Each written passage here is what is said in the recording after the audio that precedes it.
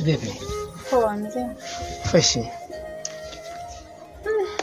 Afadhali nimekutana na wewe.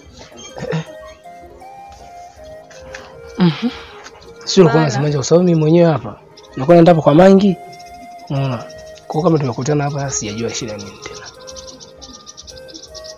Wewe mguu ulikuwa kwako kabisa, nilikuwa nakuja kwa getoni kwako. Getoni kwangu? Getoni kwangu na hii jioni. Kwanza tusiende mbali sana. Unamjua?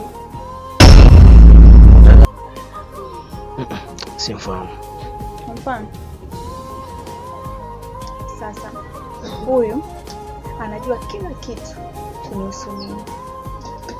Ndio. Sasa nilikuwa naomba nisaidie kitu kimoja. Ndio. Nilikuwa naomba umtongoze huyo binti. Ni mtongoze? Sikwenda. Sawa bro. Mbona kama nipa kazi ngumu sana? Nilikuwa nahitaji umtongoze, yaani umsogeze karibu. Kwa sababu mwanamke ni mzai sana kwa mwanaume. Kwa hiyo nitajua kila kitu kupitia wewe. Lakini kumbuka dati unanipa kazi ngumu sana. Najua. Kwa sababu kuingia kwenye yani hiyo ni kama dhambi sasa.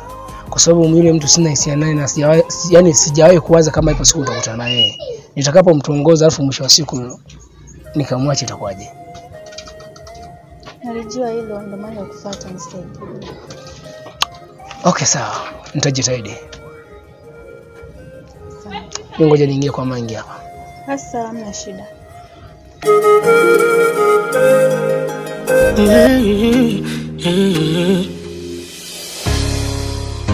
Kaungeweza kulivumilia baby ungetisha. Ungeweza. JV. Na Marikete. Hivyo namkumbuka yule demo ambaye nilikuuliza ni shemeji yangu ukakataa? Wapi? Gereji. Nimekumbuka.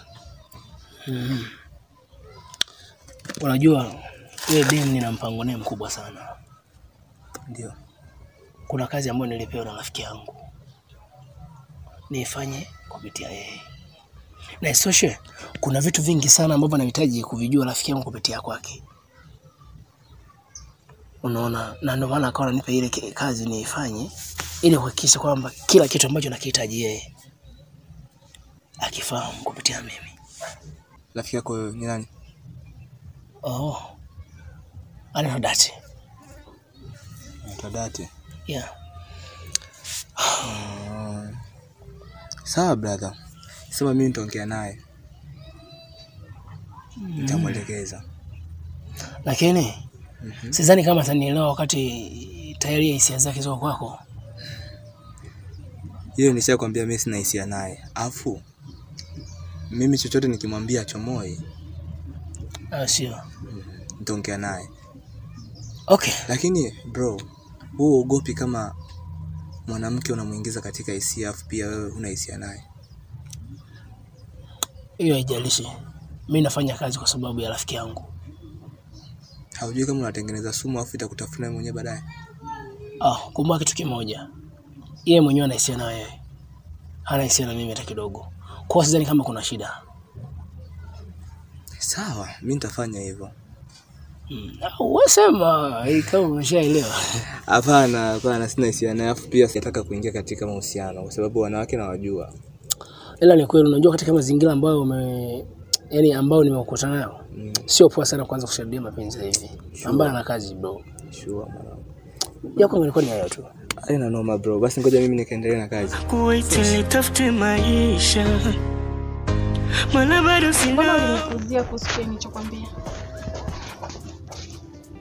Lakini mbona nishakwisha kukujibu tayari? Nishakwambia kwamba sijao tayari kimahusiano. Lakini uliniambia kwamba utajifikiria. Kwa nini nilikuwa Tina? Ngoja nikwambie kitu kimoja rafiki yangu. hauwezi kukopi namba kwenye maji. Kile utakapoandika inapotea. Halafu imekuwa ni vizuri umepita hapa, maana nilikuwa na shida na yeye sana. Wewe ni mwanamke mzuri sana. Nikimaanisha kwamba kila mtu atakayekuangalia lazima kutamani. Unakumbuka ile siku tulikuja pale kazini, tulikuwa wawili afu kanitoa chemba? Okay. Unamkumbuka yule tulikuwa naye pale? Au mkumbuki? Yule ni rafiki yangu. Ni kama brother yangu, tunaishi naye. Kila jambo tunasaidiana naye. Nilikuwa nahisi yule pale ndo mtu sahihi kwako, maana yule pale ana hisia kali sana. Kwa nini?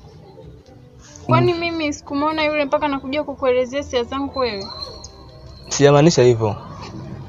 Sasa imekuwaje mimi nakwambia hisia zangu afu unanidelekezea kwa mtu mwingine? Iwapo mimi nimekupenda wewe. Au ni vibaya mtu kuelezea hisia zake kwa mtu? Utanikufuru vibaya. Sijamaanisha hivyo. Namaanisha kwamba wewe hisia zako ukizielekeza pale zitakuwa ni sehemu sahihi. Hautaumia.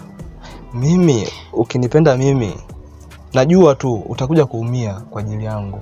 Na hicho kitu ndo sitaki. Sawa. Kweli.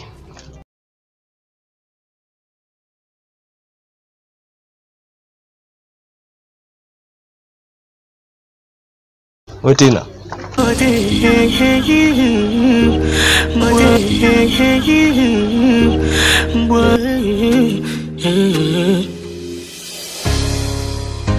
Kaungeweza kulivumilia baby ungetisha. Ungeweza